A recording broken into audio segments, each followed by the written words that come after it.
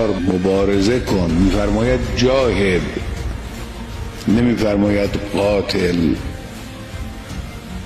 قاتل الکفار و المنافقین همیشه لازم نیست، اما جهاد مجموعه کامل تعالیم الهی خدا سعی میکنند دنیای اسلام را از وحدت خود هرچه بیشتر دور کنند. این برای اونا تهدیده. 1,5 میلیارد اگر مسلمان ها متحد باشند وضع فلسطین یک جا به دست بوکو حرام و داعش و امثال اینها کشته میشن، یه عده هم در این آتش ها میدمند. شیعه انگلیسی هم مثل سنی همه دولبه یک قیچی هستند.